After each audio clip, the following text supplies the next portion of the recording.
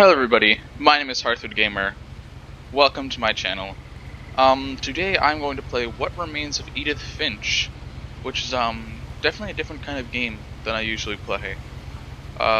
It's much more story driven, and actually for the reason, I will actually turn off my mic and not make commentary because it might take away from the emotional storytelling that's happening, and I personally think the experience would be better. This is going to be one long, probably hour-long episode. So kind of like a movie. So I'll turn off my mic, and I want you guys to just sit and enjoy. Here we go. A lot of this isn't going to make sense to you, and I'm sorry about that. I'm just going to start at the beginning, with the house.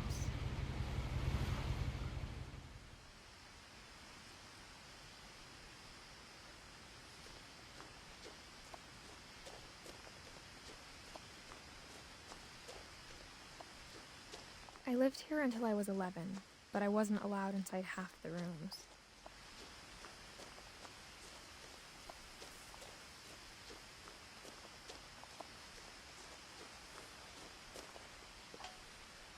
Inside the mailbox were bills from 7 years ago, marked urgent, open immediately.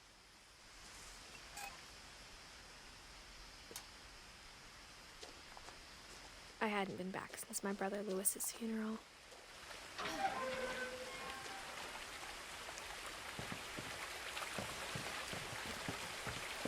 In her will, my mother left me a key, but didn't tell me what it unlocked.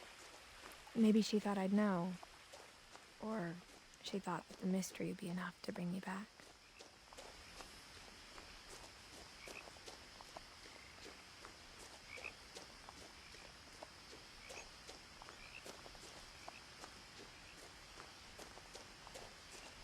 No one had driven this way in a long time, but I saw a few hoof prints.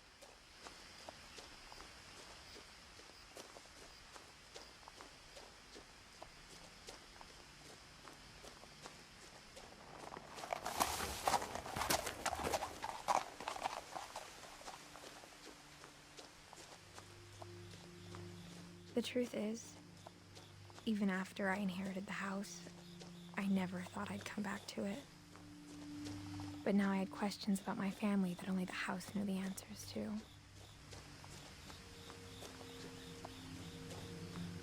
The house was exactly like I remembered it, the way I'd been dreaming about it.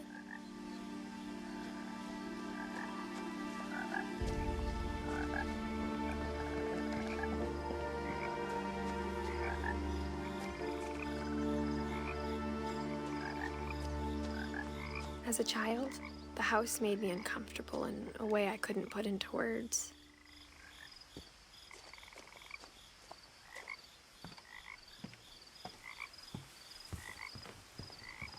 Now, as a 17-year-old, I knew exactly what those words were. I was afraid of the house.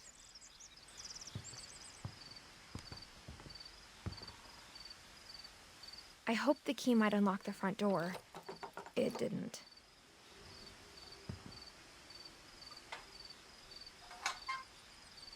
Looking in, I felt like the house itself had been waiting for me.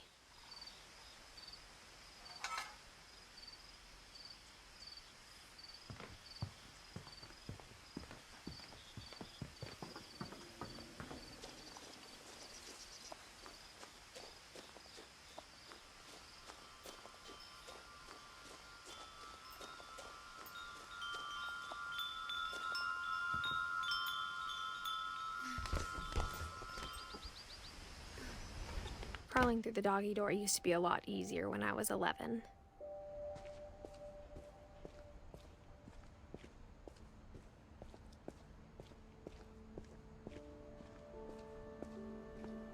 For the first time in years, I felt like I was home.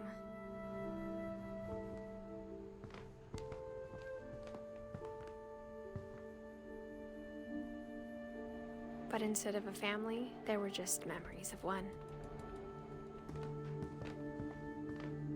Like how only one restaurant would deliver to our house, so we had Chinese a lot. Or how after Louis started working at the cannery, we all got sick of eating salmon. Except our cat, Molly.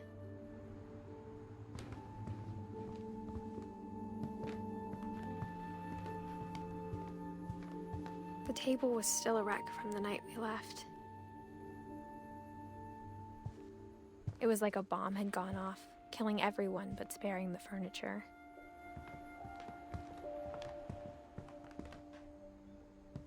My mom was the only one of us who could imagine Great-Grandma Edie living in a nursing home.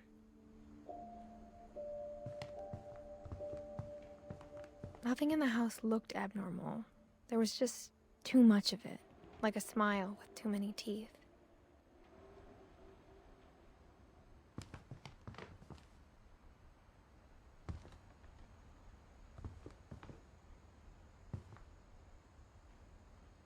Even the fireplace had a story. Edie told me the bricks came from the original house, after it sank.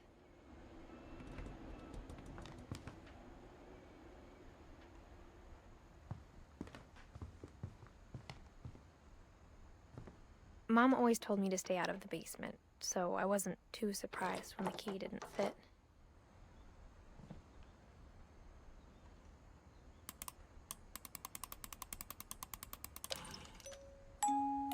Great-Grandpa Sven built a music box for Barbara, along with the rest of the house.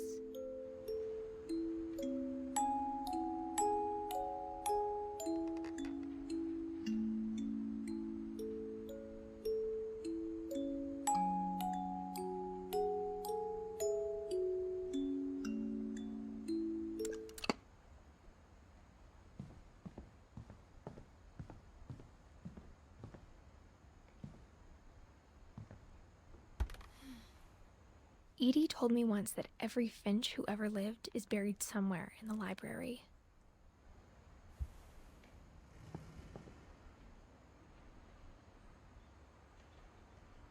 My mom wasn't much of an optimist, but she never stopped believing that my brother Milton was alive.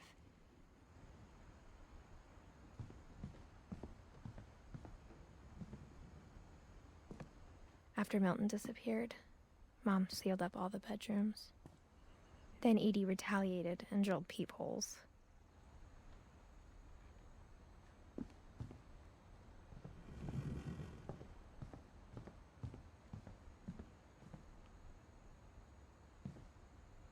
Edie's father, Odin, built the original house.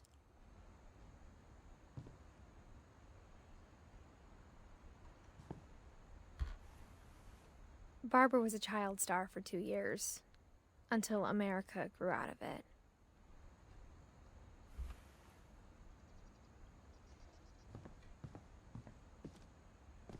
Mom must have locked the third-floor stairs on the night we left.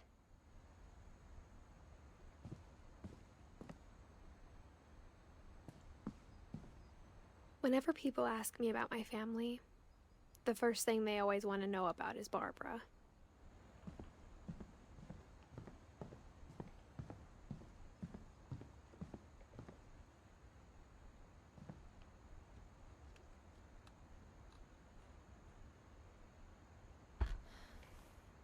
The last time I was in Edith Sr.'s room, I was 10 and she was painting my portrait.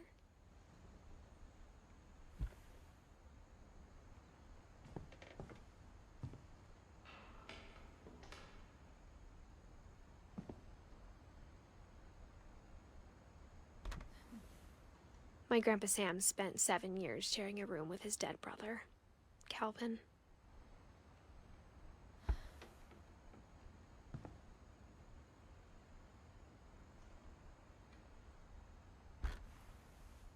As a kid, I just assumed every house had peepholes and sealed rooms you weren't allowed inside of.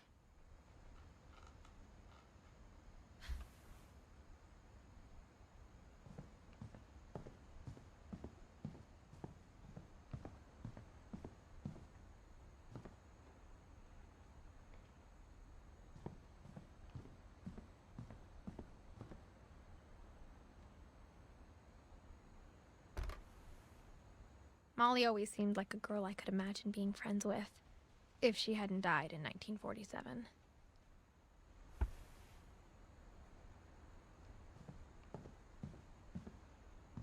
I spent a lot of time playing in Great Uncle Walter's room. I think my mom sometimes regretted not sealing it up.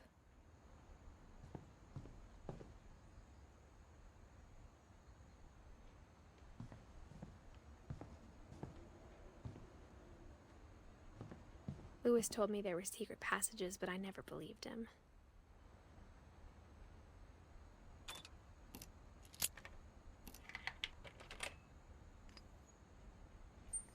Turns out, my mom was really good at keeping secrets. Now it was time to find out what my mom had been afraid of.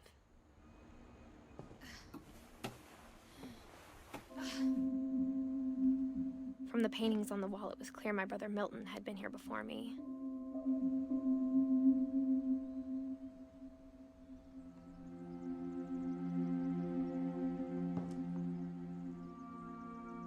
Reading this, maybe it sounds like I had a plan, but I had no idea what was behind that door.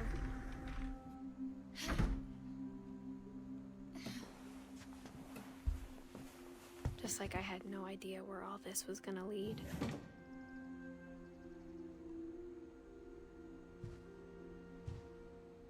I grew up looking at Molly's room through the peephole.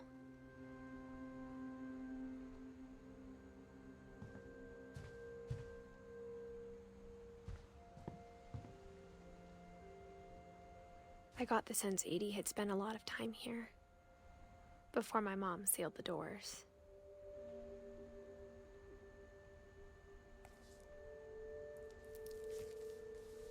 December 13th, 1947. Dear Diary, I'll be gone soon, but I wanted to tell somebody about what's gonna happen. It started when Mom sent me to bed without dinner. I woke up and I was starving, so I looked around for something to eat. The gerbil food was dry, but I didn't mind it.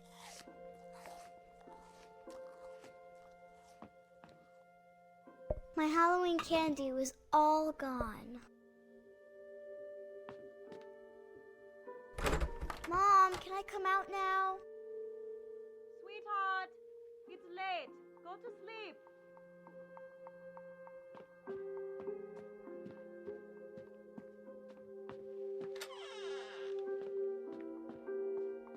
I kept eating and eating.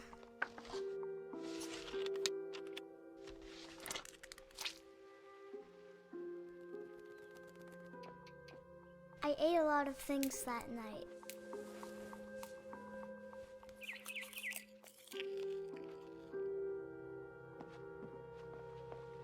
Then I heard chirping outside my window. It was a barn swallow going back to her nest. I reached out for her.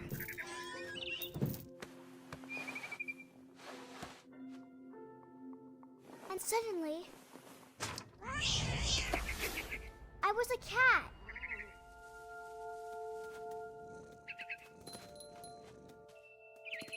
I tried to be quiet, but the bird was really scared.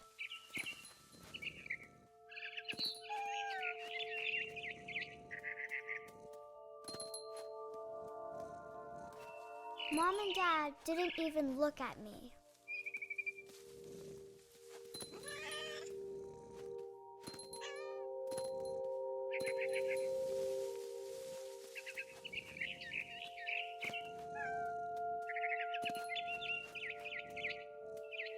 I jumped and I almost got her.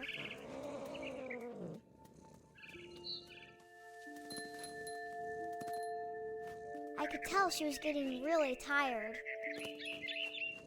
Now I was up in the big tree. I promised Dad I wouldn't climb it anymore. All I cared about was eating that mama bird. I gobbled her up. And suddenly, I was an owl. First, all I heard was the wind. Then I heard little teeth nibbling in the grass.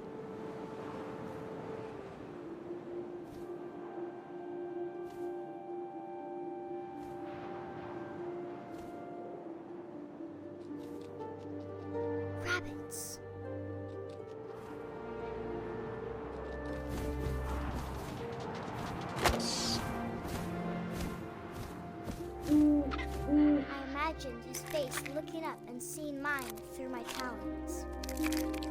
swallowed him up, and I didn't chew one bit. Then I flew off to find something bigger.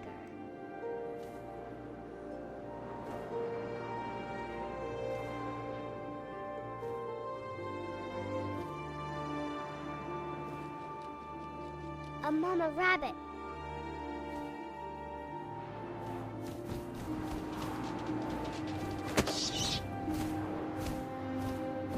She was almost too big to carry. I started choking, but I couldn't stop eating. And suddenly, I was a shark.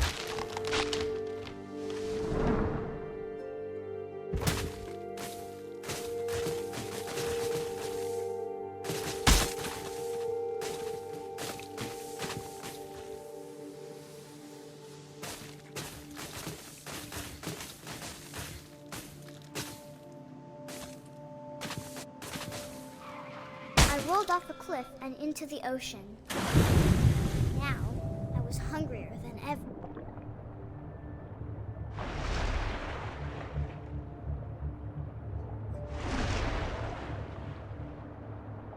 I wanted fat, juicy seals.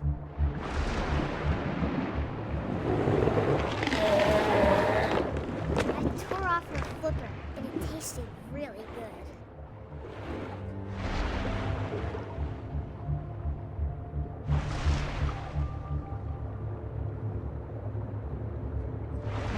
Grabbed on tight.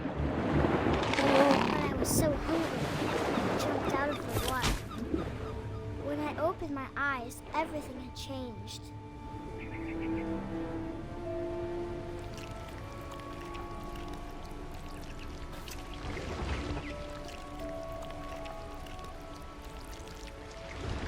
Now I was a monster, and I smelled people everywhere.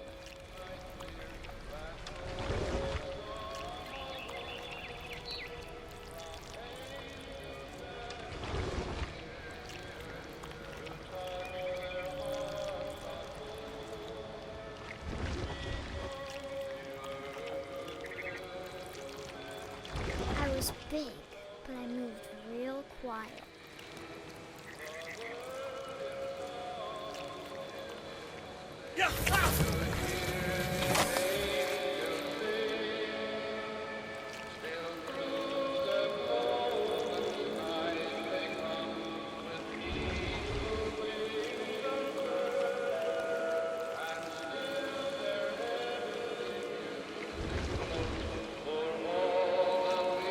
I wanted to stop, but also I didn't.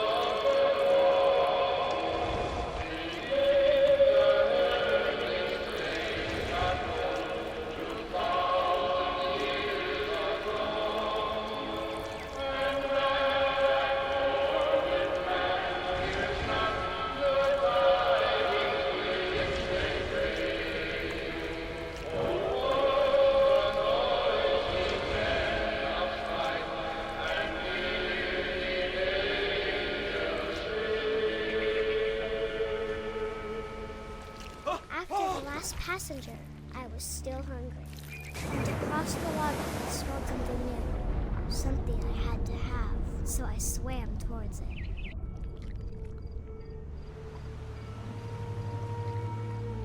I slithered onto the sand, and the good smell went into an old pipe.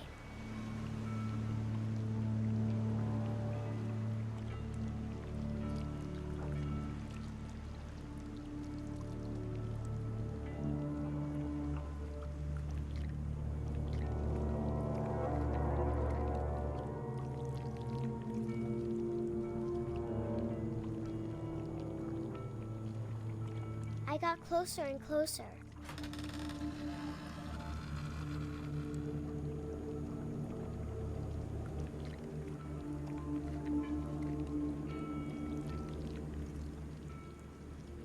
all my stomach started growling.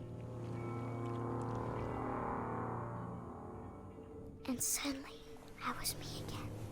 I held my breath for a long time, but I couldn't hear anything. I think it's waiting for me to fall asleep. But it's not going to wait much longer. It needs to feed, and we both know I will be delicious.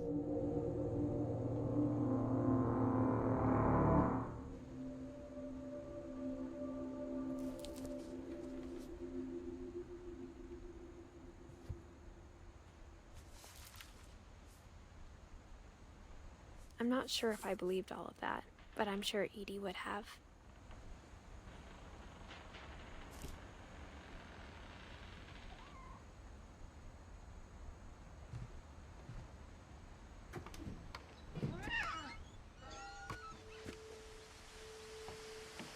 This will be obvious later, but my mom never told me any of these stories.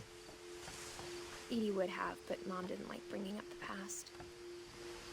Though, when we adopted a stray kitten, she was the one who named it Molly. I spent a lot of time in Great-Grandma Edie's room.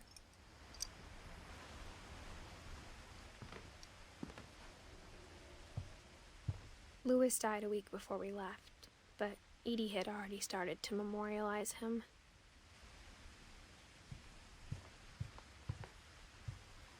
Edie gave a big interview about a mole man living under the Finch house. My mom was furious. I hadn't thought of myself as Edith Jr. for a long, long time. One summer, they evacuated the island, but Edie refused to go. For a few weeks, she was a celebrity.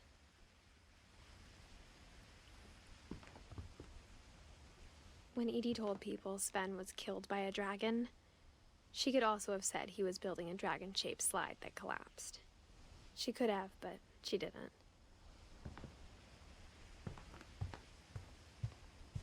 Her room was like a museum.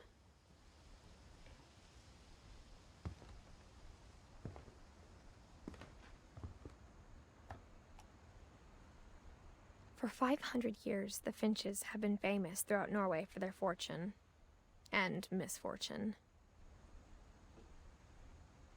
Odin Finch buries the latest victims of the family curse, his wife Ingeborg and their newborn son, Johan. On January 7th, 1937, he set sail with his family and his house, hoping to leave the curse behind. But 40-foot waves off the coast of Washington send the house and Odin to the bottom of the sea. Odin's daughter Edie, with husband Sven and baby Molly, step ashore on their new home, Orcas Island. Odin Finch is the first to be buried in the new family cemetery. His daughter Edie is already dreaming of a new Finch house.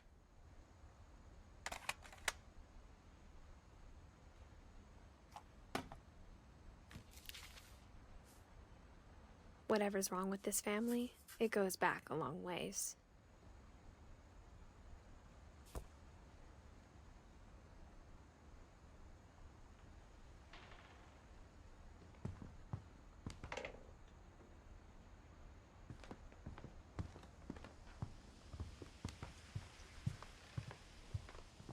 Even in her 90s, sometimes Edie seemed a lot younger than my mother.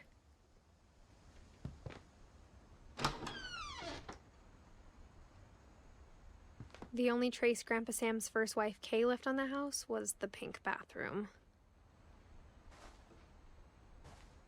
It was a pretty big trace.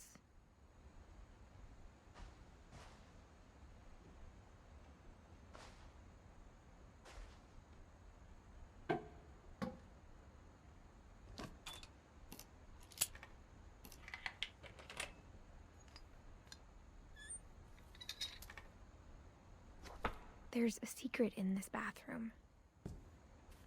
It's in the last place you would look. It isn't in the cupboard. It's hidden in this book.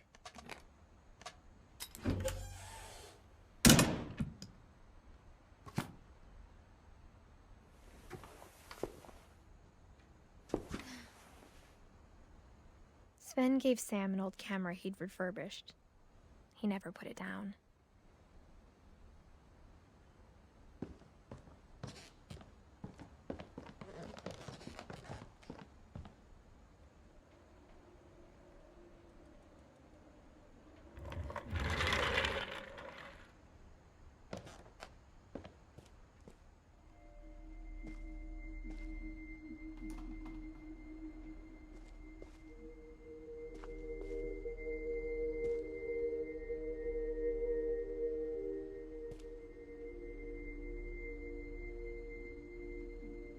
I knew Grandpa Sam had a twin.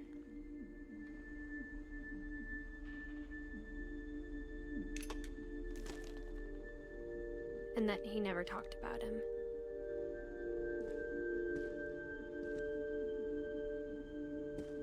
I guess my grandpa didn't like history any more than my mom did.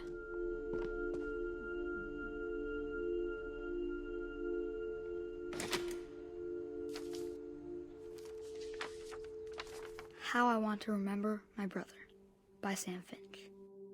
The thing I remember is that when he made up his mind, that was it. My brother said he'd die before he ate another mushroom, and he did. At Barbara's funeral, he swore he'd never be afraid again, and he wasn't. I think Calvin always wanted to fly. Sam! Calvin! Dinner's ready! Coming! But that day, he finally made up his mind to do it. I told him going around was impossible. Maybe if I hadn't said that. Calvin! I'm not gonna tell you again! Maybe if the wind hadn't picked up. Then maybe he'd still be here. But I doubt it. I think he'd already made up his mind. That's what I want to remember about my brother.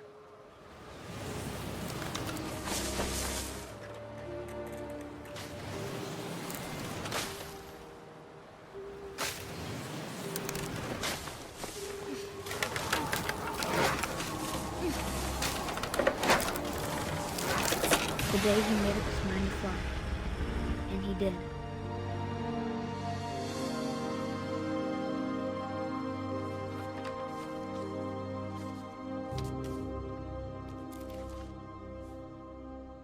Calvin's story felt strangely familiar. When I was younger, I remember trying to do the exact same thing.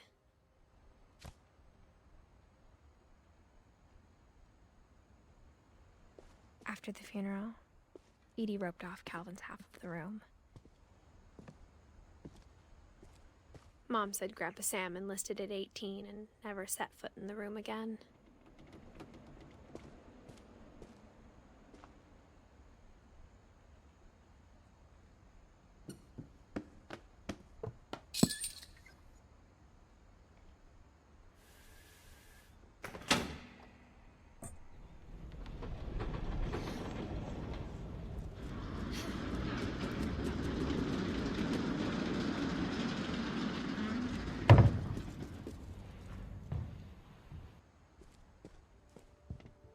The passages were a pretty tight fit. They'd obviously been built for smaller hands and bellies.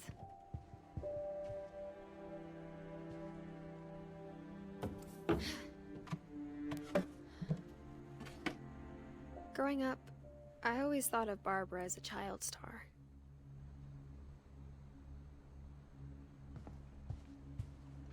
I never thought about how hard it must have been for her afterwards.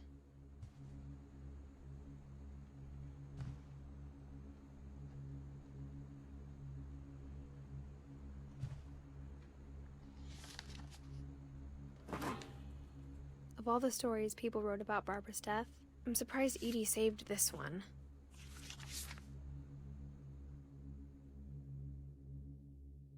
Old Jack here with another ghastly tale inspired by America's most unfortunate family.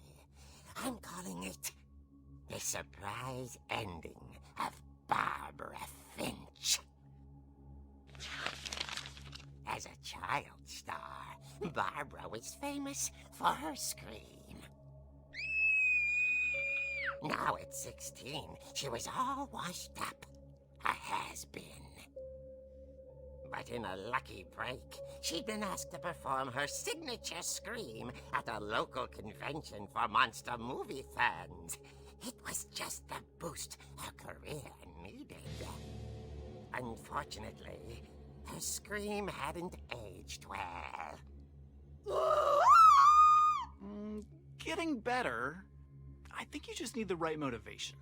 Her biggest fan and current boyfriend, Rick, was about to demonstrate when... Now that was a great scream. It was Barbara's father, Sven. He'd slipped into a table saw and had to be rushed to the emergency room. So Barbara got stuck babysitting her youngest brother, Walter. Her convention comeback was cancelled. Okay, I'm hearing frustration, but I'm not hearing terror. What if I tried... A gang of hoodlums in Halloween masks have been terrorizing Orcas Island tonight. Police are urging residents to... That came from the basement. You're right! Also, I loved your delivery on that. Why is your basement door locked? Because my dad likes making puzzles and secret passages. There's a key hidden in the music box. The secret is to keep winding and winding until finally the key pops out. Thanks, babe. I'll be back in a sec. 20 minutes later, Rick hadn't returned. So Barbara went to look for him, right on cue. She reached for the music box. And as she wound the key, she listened for Rick, but the house was silent.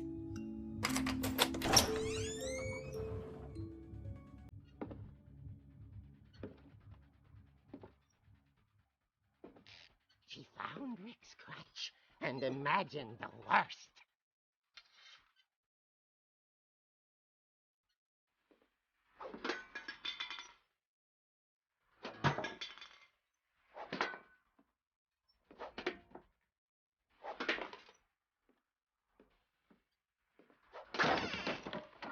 The gang's leader is the infamous Hookman killer, Dr. Carl Hamill, who impaled and then ate his family 10 years ago tonight.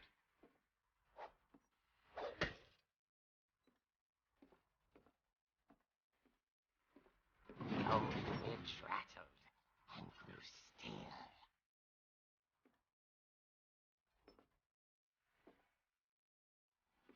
Oh dear! Oh! Rick? Barb, relax. I was just trying to scare you to help you find your scream. Well, I'm not scared, Rick. I'm furious. Then act furious. All I'm getting from you now is that you're hurt and confused and you're... She threw him out, but she kept a little something to remember him by. Barb, have you seen my other crutch? And she was still holding it when she fell asleep watching the Late Picture Show. Hours later... Barbara! Walter, what's going on up there? Ah! Okay, I'm coming up, but if this is a trick, you're dead, Walter.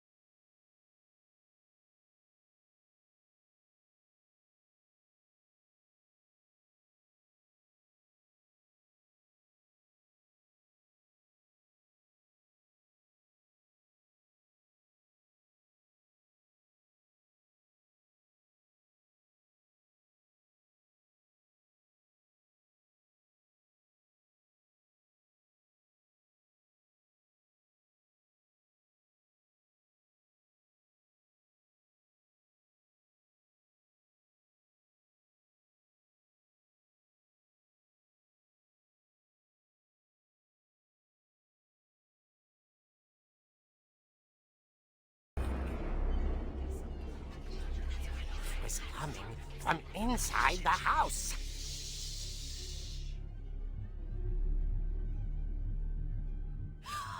Oh dear.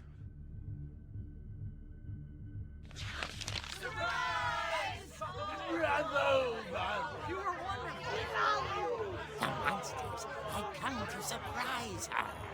For Barbara, it was a dream come true. Then she saw what kind of monsters they were, and she realized what was about to happen. She was going to be famous. And with her final breath, Barbara Finch gave the performance of her life.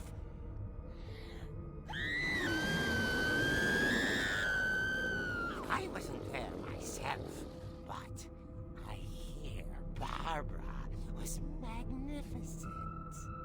Poor girl. She had a taste for stardom. But unfortunately, so did her fans. Of course, the police blamed it all on poor Rick, who disappeared the same night. And little Walter?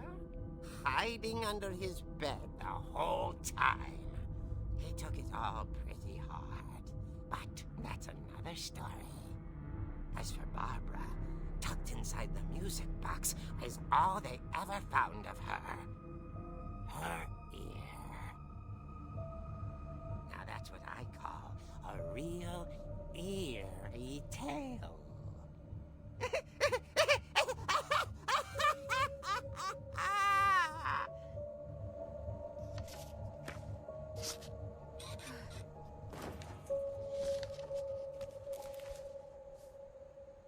Edie told me all Barbara wanted was to be remembered, as absurd as that comic was. Maybe what Edie saw was a happy ending.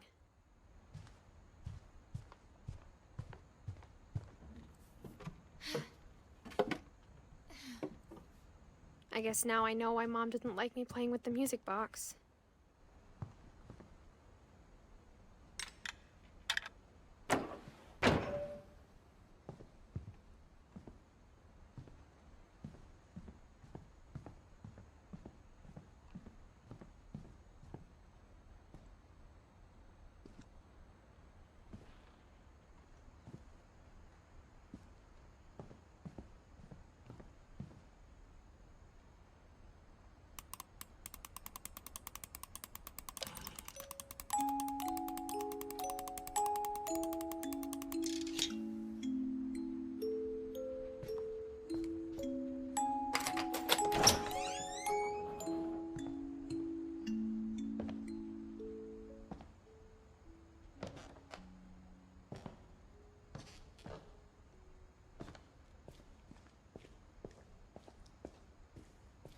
Mom said the basement was off limits, unless I wanted another tetanus shot. I saw Edie sneak down to the basement once, carrying packages.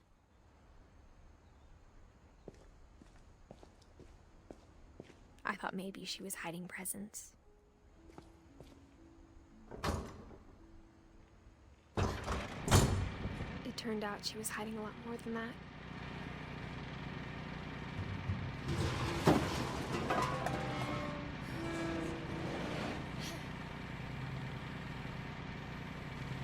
I remember asking Mom once about where Walter had gone. She said after Barbara died, he got as far away as he could. If there's a pattern in all these stories,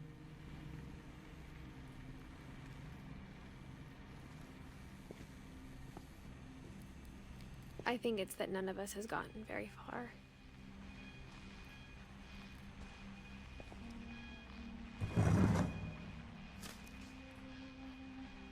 Goodbye, everyone. I can't believe I've been down here for 30 years. On that first day, after the shaking started, I didn't think I'd survive a week.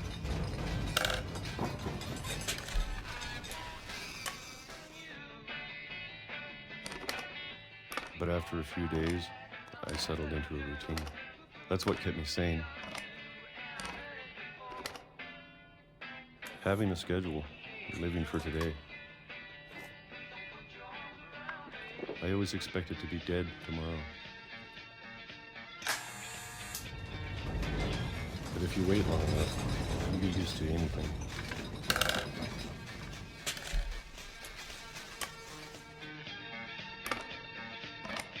Even a monster on the other side of the door starts to feel normal. Almost friendly.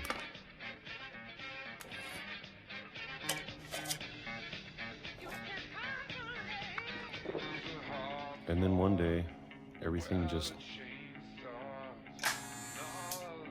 stopped.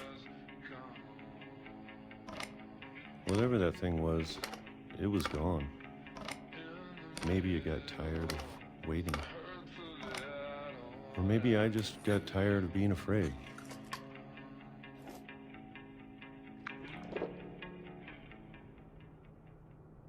It's been a week now, the longest in 30 years. I'm done waiting. I have to leave while I still can.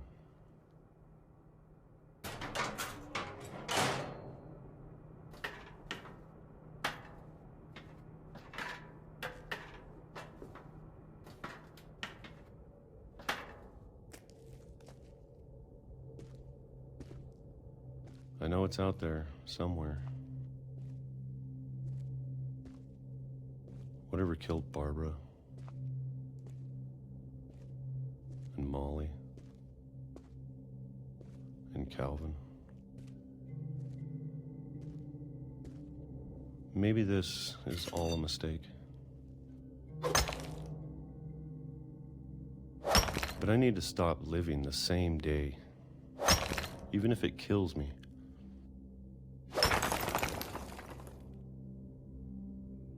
Whatever's out there, I want you to know I'm ready for it. I'm going to appreciate all of it, especially the food. I don't mind if I only have a year left, or a month, or a single week. I'd be happy with one meal a day. I can already imagine the sun on my face.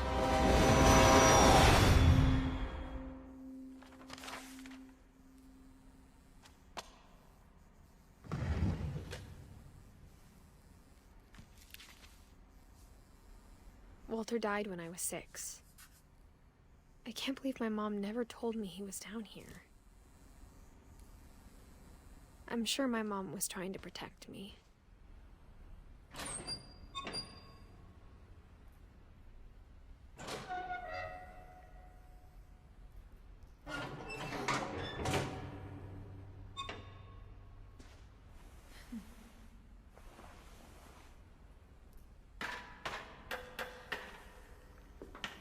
Maybe she was afraid I'd end up like Walter. But if she never told me about an uncle under the house, I can only imagine what else she was hiding. I don't want to make the same mistakes she made. Trying to bury something that's still alive.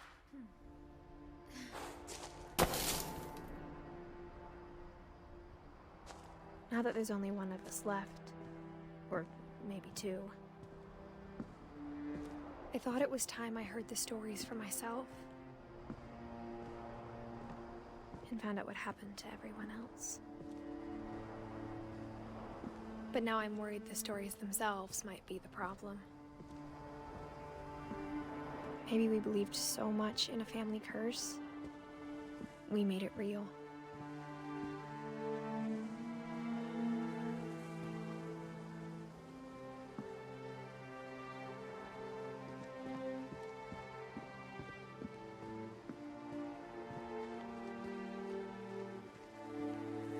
I don't know if I should even be writing this.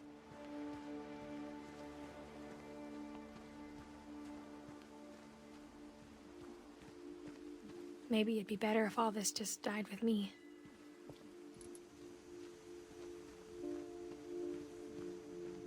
But I thought you should know about your family.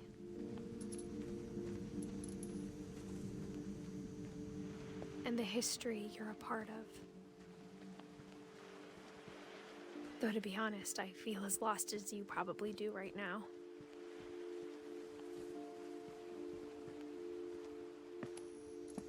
I think the people in these stories believed them, for what that's worth.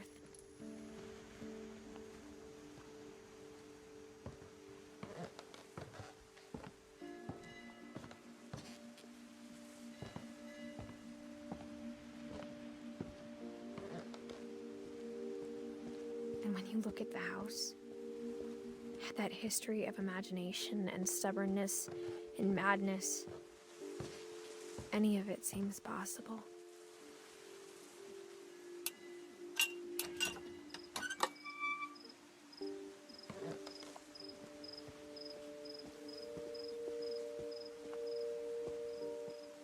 I think we've been surrounded by death for so long, we've just gotten used to it.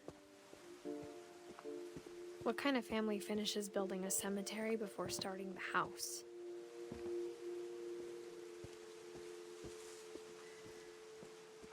It's embarrassing for me to admit this, but the pet cemetery made me more uncomfortable than the human one. 3 of the gerbils are mine, and 2 had been my fault.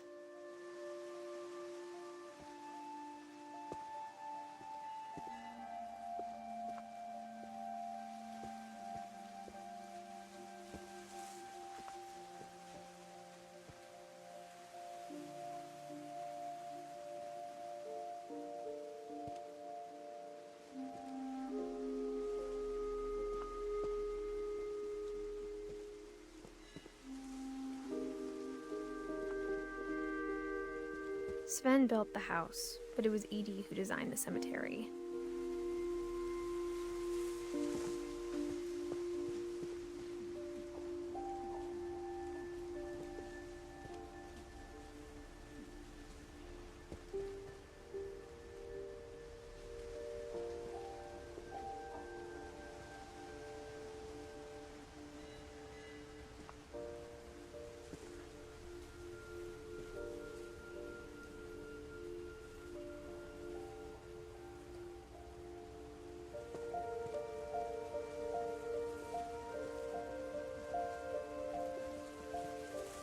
I'm sure Odin's monument had been Edie's idea.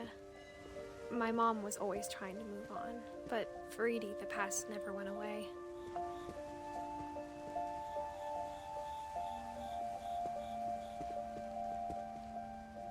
She could see it poking out of the water at low tide.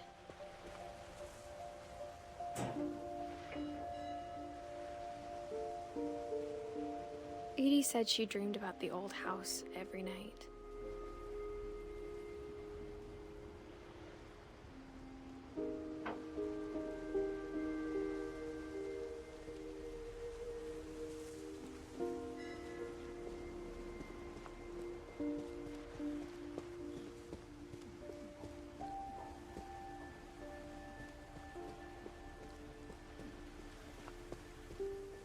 Edie's side was always easier for me to understand. But the older I get, the more I can see where my mom was coming from. Her dad had been pretty strict, but it wasn't enough to save her brothers. She was just trying to do better.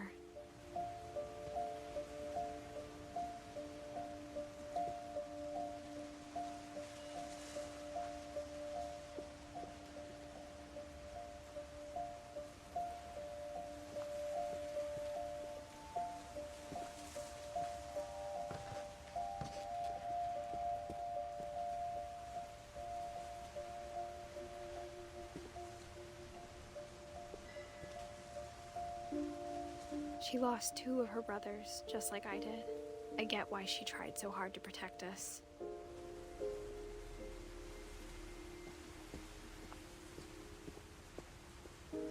There's so many things I wish I could ask my mom now. Part of me thinks this is what she wanted all along. For me to come back someday and find everything out for myself.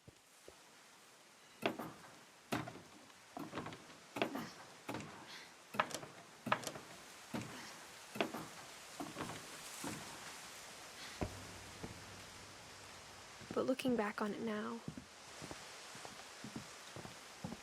If she told me there was going to be so much climbing, I never would have come when I was 22 weeks pregnant.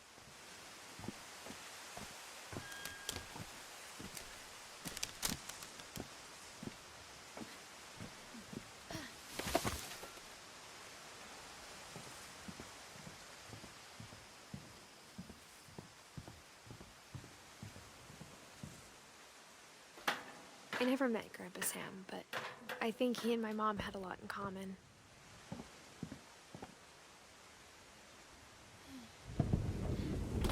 They were both pretty intense.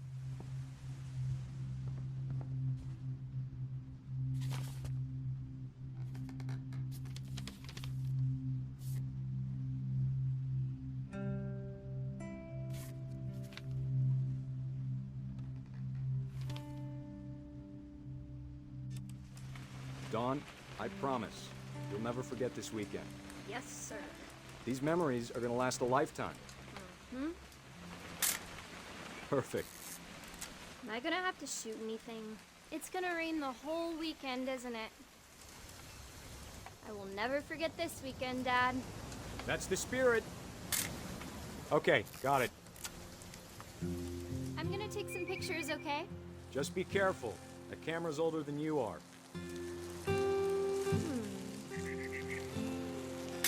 Hey! That's a keeper. Definitely should not have drunk all that coffee. I'm just saying, I'm not always gonna be here, Dawn. You'll need to remember this stuff, if you want to survive. I'll be fine, Dad. You know who else thought he was gonna be fine? Dad! Good eyes, Dawn. Before you take the shot, let me get a picture of him.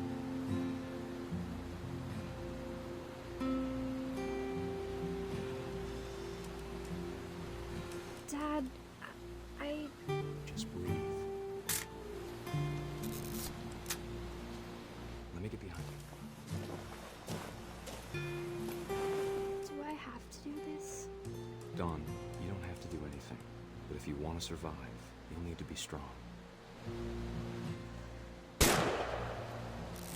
Great shot, Dawn!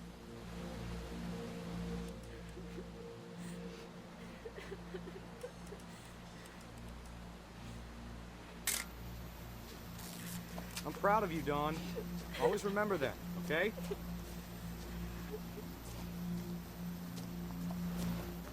Dad, it's twitching. I think That's it's totally so... normal, Dawn. Just focus on the camera. Try not to think about... Dad!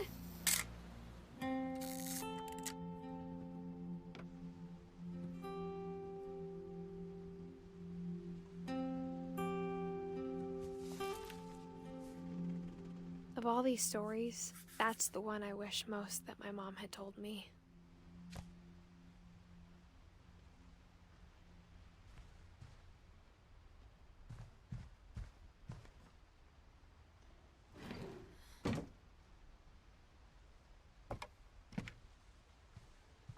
Lost a lot.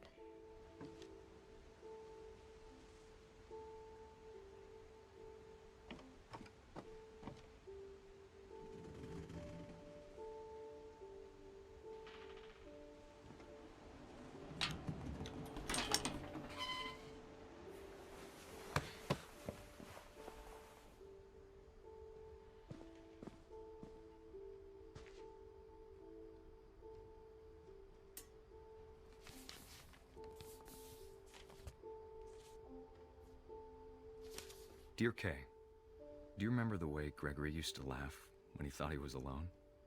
Like something funny was happening, but only he could see it.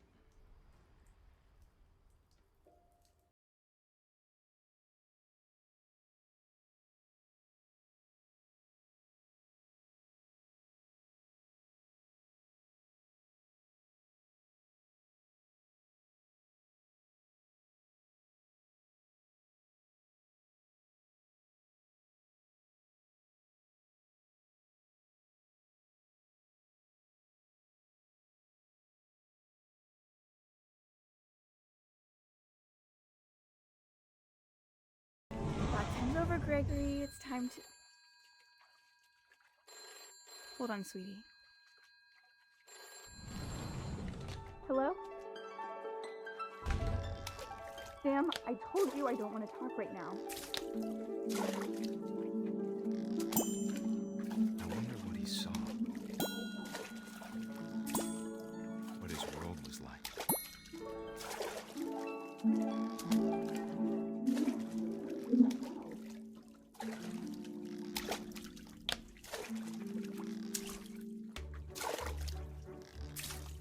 He reminded me so much of California. Lost in his imagination.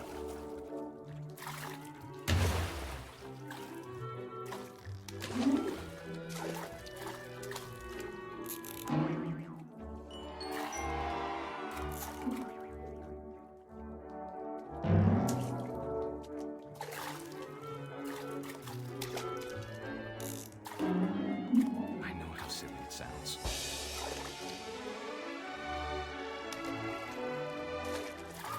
That I worried about a baby being too happy. I feel him slipping away. Sorry about that, Gregory. I know you did everything you could. Maybe if I hadn't called that night. Damn it. Hold on, I don't want Gregory to hear this.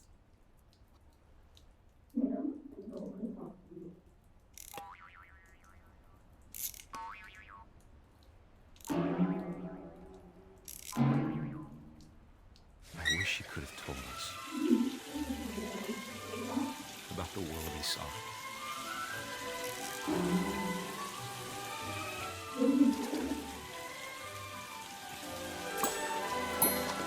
There's so much I don't understand about Gregory, about everything.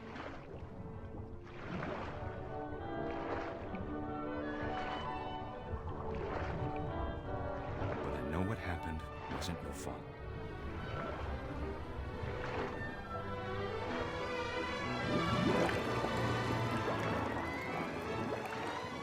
I'm sure he's happy. And he'd want you to be happy too. Good luck, Kay. Love, Sam.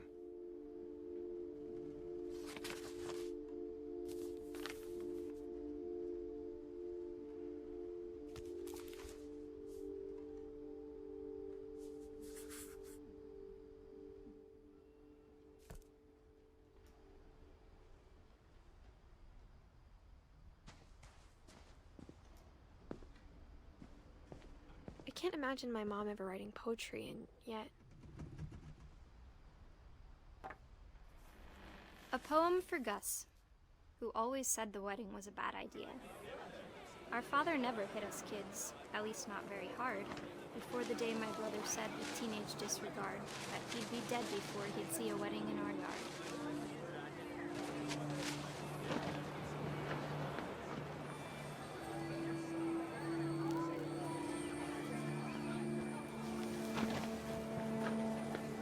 My father made him come, of course, but Gus stood far apart, just flew his kite and bottled up the storm inside his heart.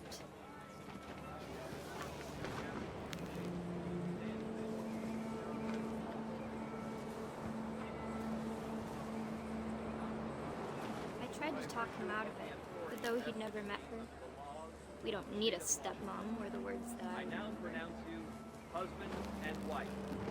You may kiss the bride.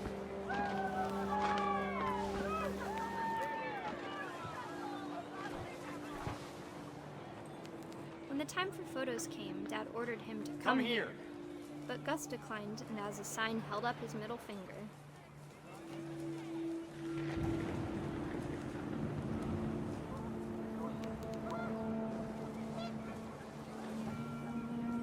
The wind picked up, and panicked geese appeared and quickly went. But all the humans did that day was go inside the tent.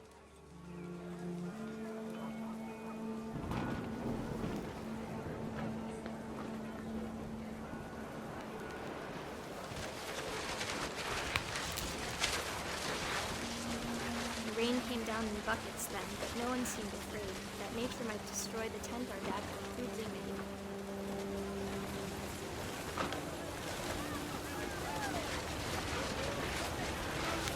thunder sounded much too close and full of angry power. But all my father said to this was, "Make the music louder."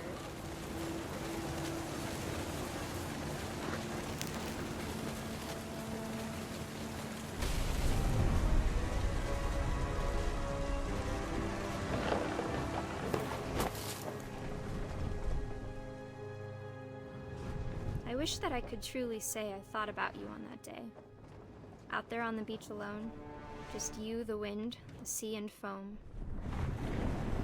But I didn't, until we found you.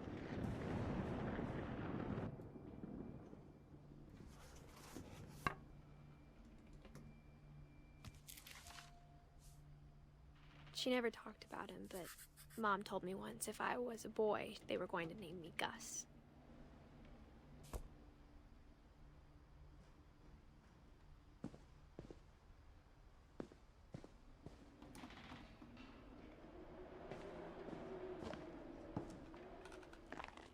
My mom moved up to the loft after her brothers died. At the time, it was as far away as she could get.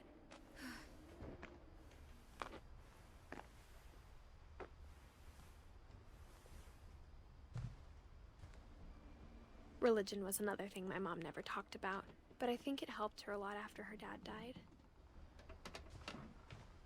She spent a summer building houses in Calcutta, where she met my dad, Sanjay.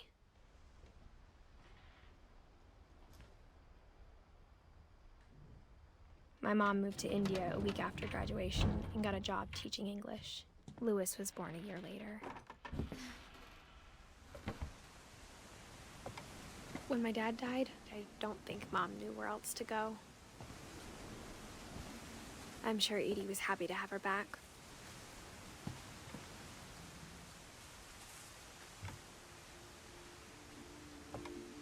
The house had to get a little bigger, but Edie was used to that. And for a while, things were good. Almost normal.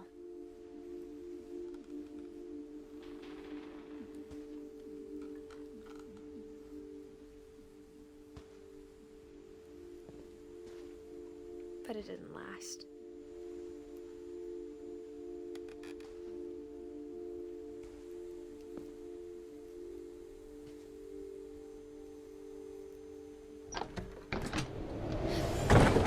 The beginning of the end was Milton's 10th birthday, when Edie gave him a castle.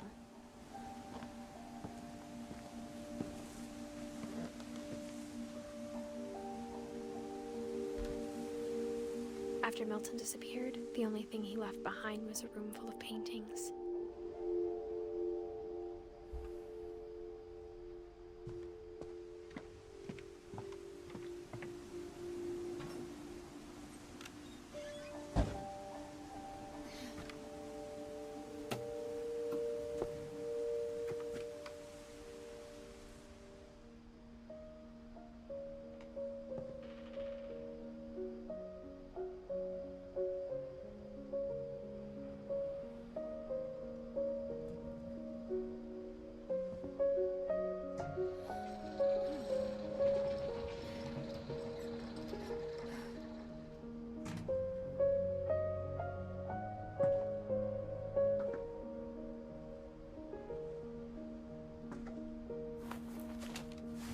Milton Finch in The Magic Paintbrush.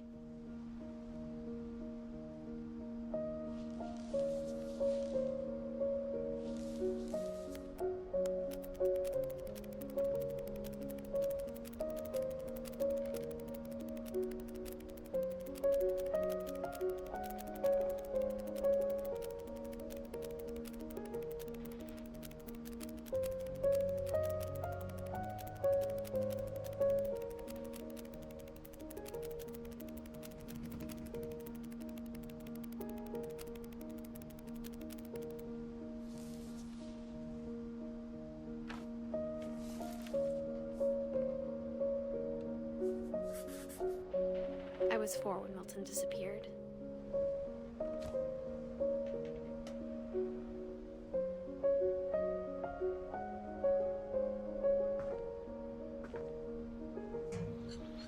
Mom spent months searching for my brother. Then she sealed the doors.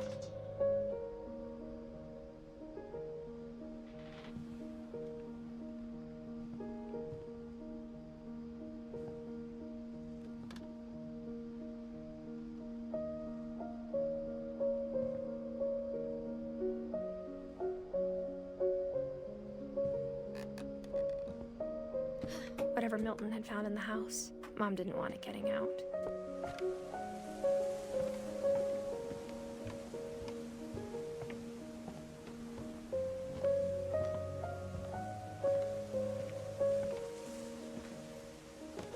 Mom definitely blamed Edie, but I think Louis blamed himself.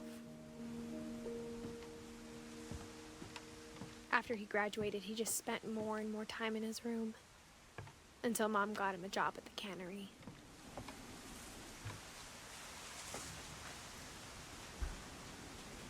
Everyone always told me to stay out of Louis's room, except Louis.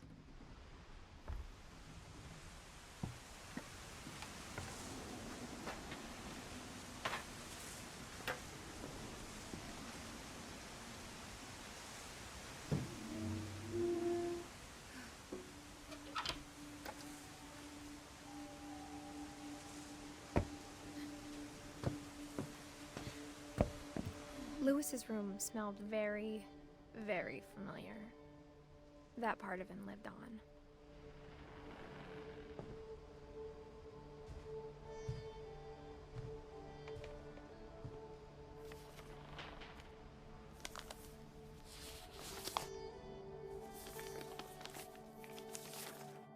Dear Mrs. Finch, as Louis's psychiatrist, I can understand your desire for an explanation. As I see it, the trouble began in January, shortly after we convinced your son to seek treatment for substance abuse. Newly sober, I believe Louis first noticed the monotony of his daily life.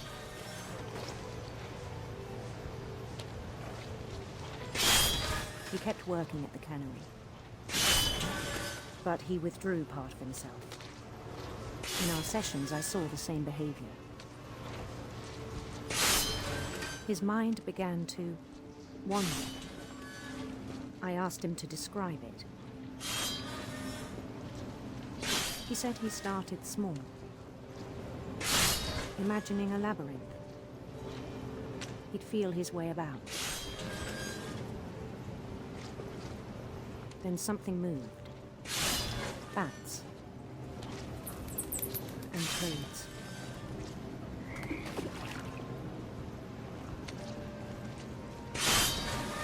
And things that have not names. He knew it was all in his head.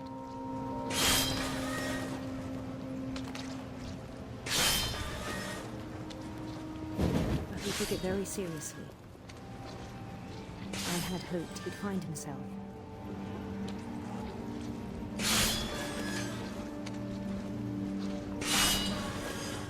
But he found something more.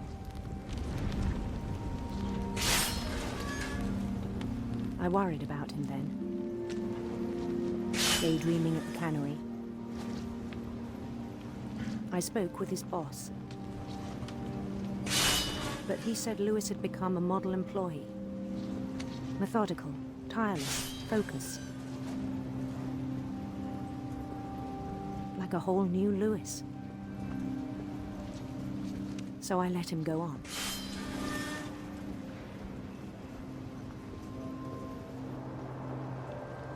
I even encouraged him.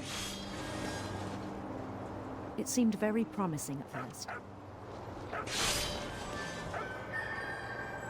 He told me he'd made a new friend.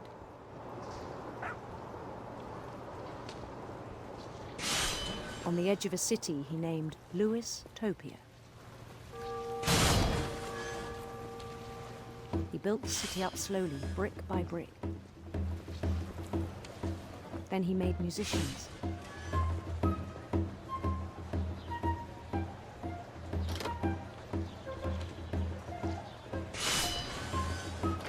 And songs for them to play.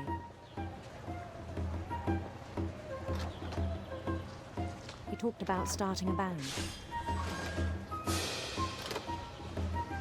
and he was always humming something.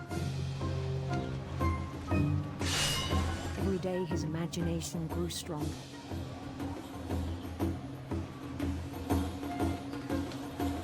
He no longer spoke at the cannery, but his chopping was as reliable as ever.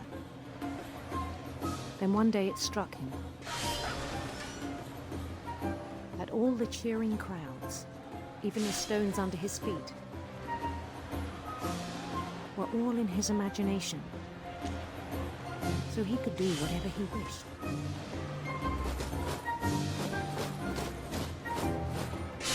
He held an election for mayor, and he won.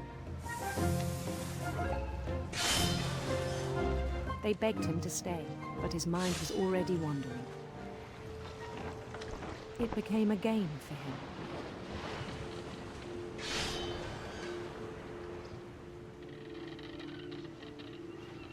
He'd conquer a city, then immediately push on.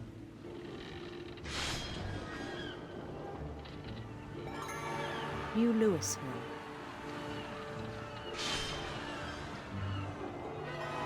St. Louis.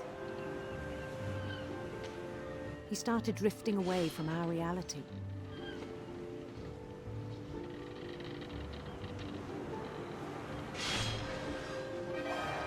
Minneapolis, until one day he forgot to go home from the cannery. Even as his mother pleaded with him, part of Louis kept sailing on.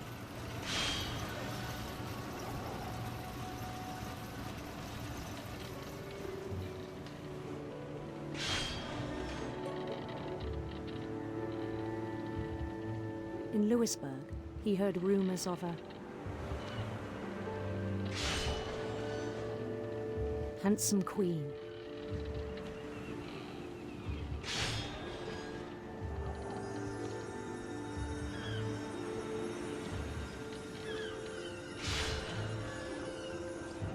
The queen was on her own quest for sinister serpents.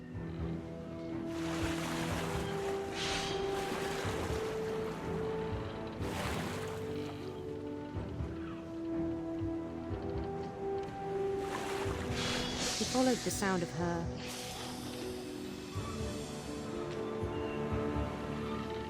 electric sitar.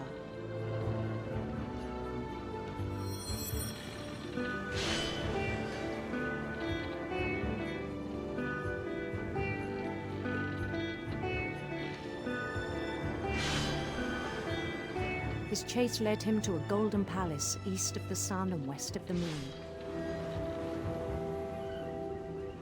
Even then, his logic remained sound. He knew the world was all in his imagination.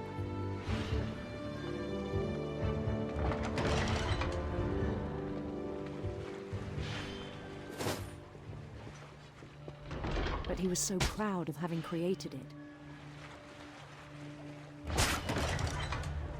In his own eyes, he'd become something greater than a king.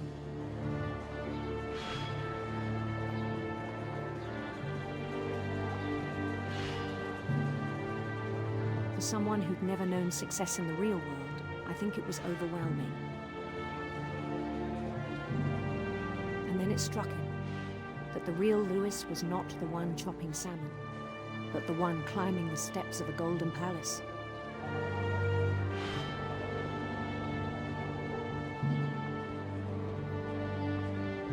My imagination is as real as my body, he told me.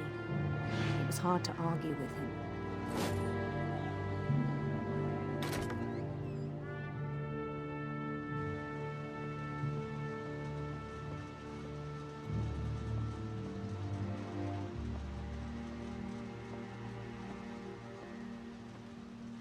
He began to forget the world we know.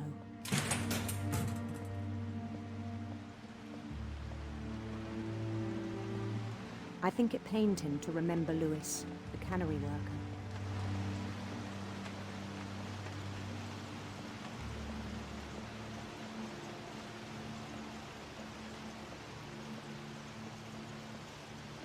He began to despise the man with a royal contempt.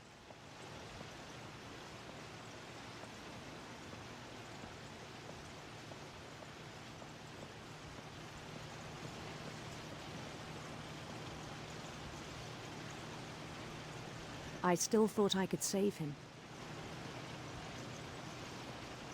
Even after he said he was being crowned king over all the lands of wonder.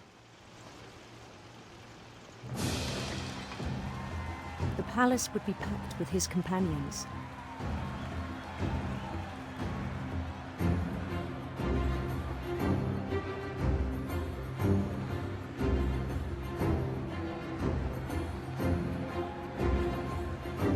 Including the wise Calico who'd insisted on advising him.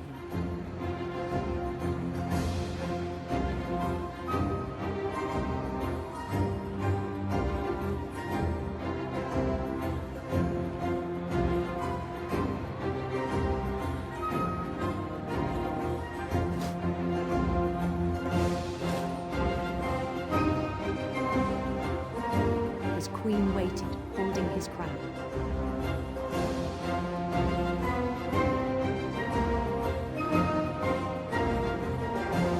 There was only one thing left to do.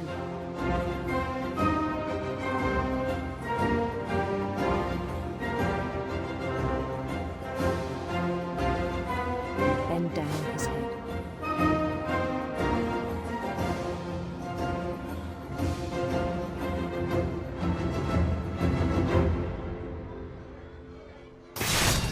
And the rest I think you know. Mrs. Finch, your son was a kind man who will be missed by all of us who knew him.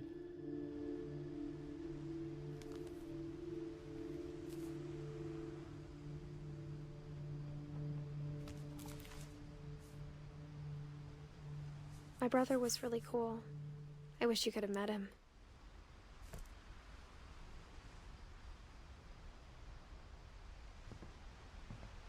Louis and I spent a lot of time playing games together, but he was surprisingly bad at them. He died a lot.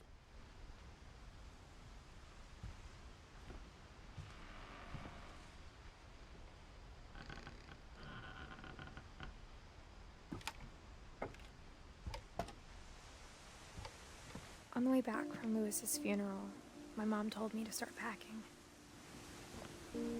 She waited until the day before we left to tell Edie. I'm not sure if she wanted to make it easier or harder.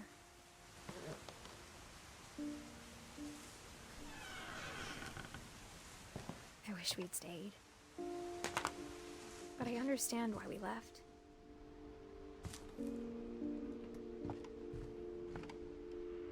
My mom ended up leaving everything behind.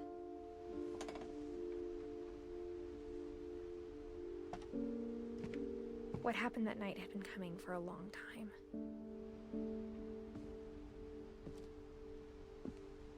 Maybe it should have come sooner.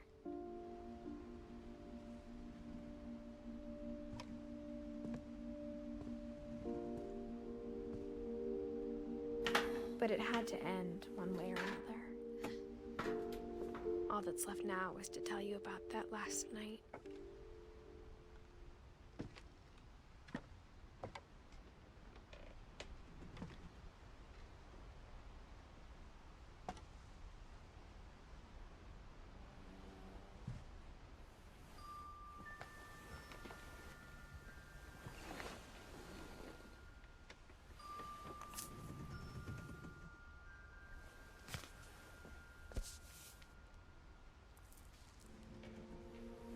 That whole last day, Edie just watched us pack and didn't say a word. Until supper, when she raised her glass and said, "To our final night together, and all our final nights apart." Grandma, you know what I said about alcohol. Some of your medications are very Edith, specific. I left a present for you in the hallway. Why don't you go open it? The grown-ups have to argue now. I'm sorry, you're right. We're all leaving tomorrow. Let's just enjoy our last... I'm not leaving. Edith, you're excused.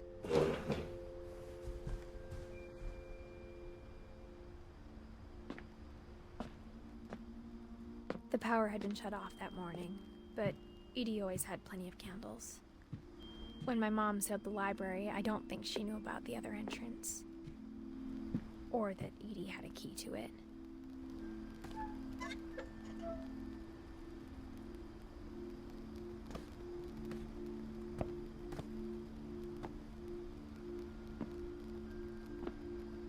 The thing you're afraid of isn't going to end when you leave the house.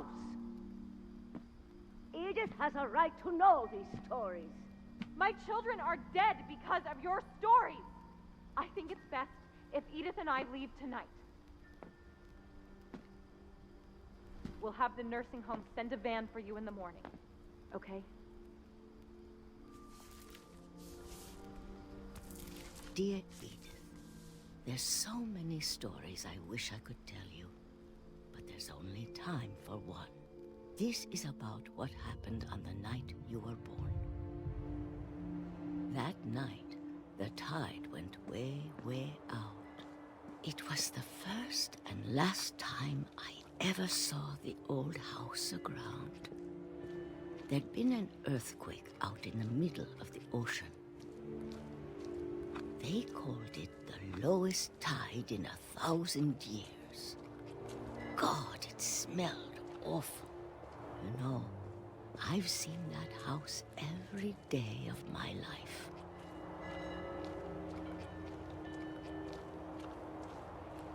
But I never thought I'd go back to it. When the fog rolled in, I lost my way.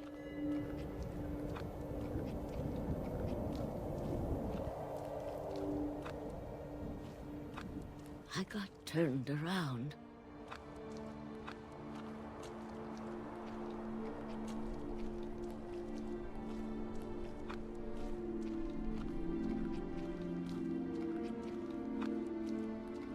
I started seeing things.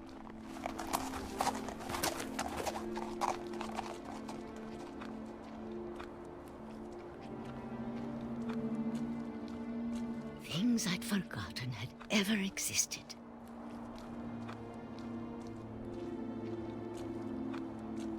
But when I saw them, they felt like old friends. That night, a lot of things came back to me.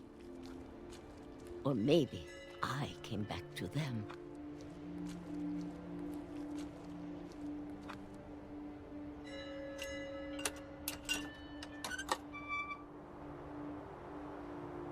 Things I can't explain, but that I need you to try and... Edith, what are you doing in here? It's mine. Edith! Mom, you're gonna rip it! Let go! I kicked and screamed, but Mom dragged me to the car. I never saw Great-Grandma Edie again.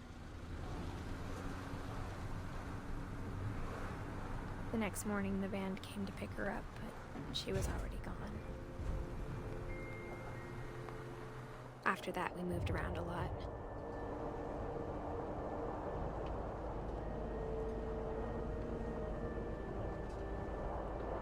We both tried to make the best of it.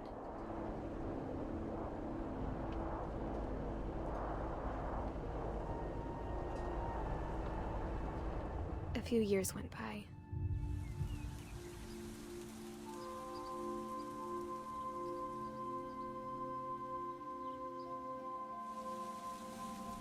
My mom didn't like to talk about it,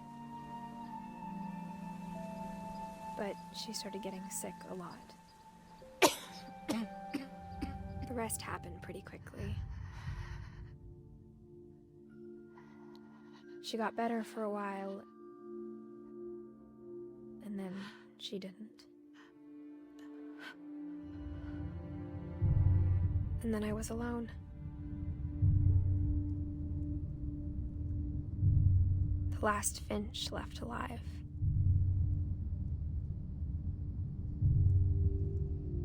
Until I found out about you. I'm still not sure what to tell you about all this. If we lived forever, maybe we'd have time to understand things. But as it is, I think the best we can do is try to open our eyes. and appreciate how strange and brief all of this is. This journal was supposed to be for you. But now I hope you'll never see it.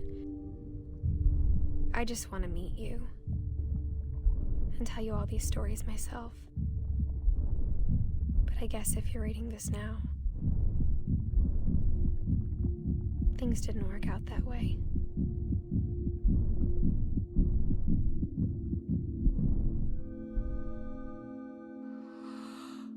This is where your story begins. I'm sorry I won't be there to see it. It's a lot to ask, but I don't want you to be sad that I'm gone. I want you to be amazed that any of us ever had a chance to be here at all. Good luck.